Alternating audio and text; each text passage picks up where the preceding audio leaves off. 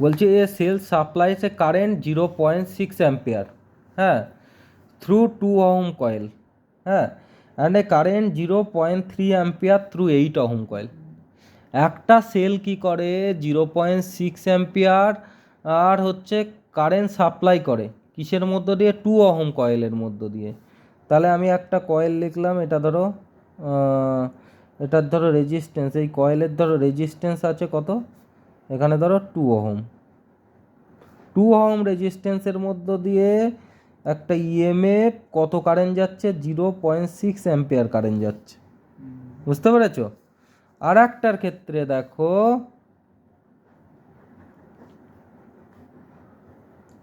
আর একটার ক্ষেত্রে দেখো 0.3 অ্যাম্পিয়ারের মধ্য দিয়ে কত যাচ্ছে? 8 ওহম কারেন্ট, 0.3, এদিকে দেখো 0.3 অ্যাম্পিয়ার কারেন্ট যাচ্ছে কতর মধ্য দিয়ে? 8 ওহম রেজিস্ট্যান্সের মধ্য দিয়ে। হ্যাঁ, দুটো কেস বললাম, ঠিক আছে। Calculate the EMF and internal resistance.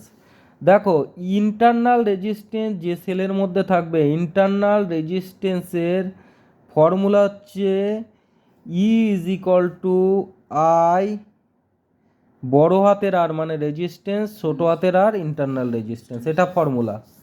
তাহলে এই ক্ষেত্রে ইয়ের এখানে ভ্যালুটা, ইয়ের ভ্যালু কী বের করব? কারেন্ট আছে 0.6 অ্যাম্পিয়ার, আই মানে কারেন্ট, আর মানে কত আছে? আর মানে 2 ওহম, হ্যাঁ, রেজিস্ট্যান্স, এটা ইন্টারনাল রেজিস্ট্যান্স আমি জানি না। তাহলে 0.6 ইন্টু 2 করলে কত হবে? 6 2 12, 1.2 হবে। এবার 0.6 ইন্টু আর করলে 0.6 আর হলো। এইটার ক্ষেত্রে দেখো ইএমএফ কত হবে? এইটার ক্ষেত্রে ইএমএফ হবে তোমার আই ইন্টু আর প্লাস আর। বুঝতে পেরেছো? তো এখানে আই মানে কত? 0.3 এখানে।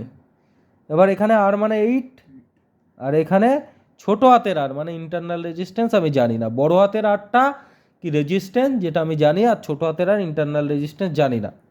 হ্যাঁ, ওই সাপ্লাইয়ের ইন্টারনাল রেজিস্ট্যান্স কত, ঠিক আছে, আমি জানি না। 3 8 24 মানে 2.4।